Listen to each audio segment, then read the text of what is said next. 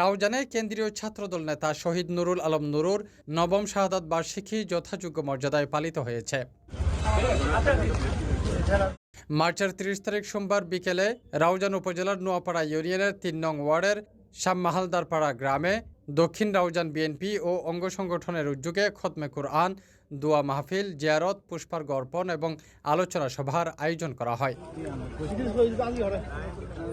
Noapara union বিএনপির সভাপতি শামসুল হক বাবুর সভাপতিত্বে এবং রাউজান উপজেলা যুবদলের সাধারণ সম্পাদক সাইফুল আজম ছোটনের পরিচালনায় অনুষ্ঠিত আলোচনা সভায় প্রধান অতিথি ছিলেন রাউজান উপজেলা বিএনপির সাবেক যুগ্ম আহ্বায়ক ফিরোজ আহমেদ।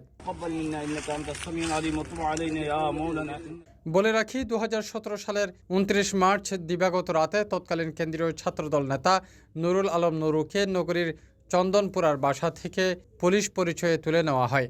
পরদিন ৩০ মার্চ সকালে রাউজান উপজেলার বাগওয়ান ইউনিয়নের কুইয়াপাড়া গ্রামের খেলাঘাট এলাকায় কর্ণফুলী নদীর তীর থেকে চোখ ও হাত বাঁধা অবস্থায় তার গুলিবিদ্ধ মরদেহ উদ্ধার করা হয়।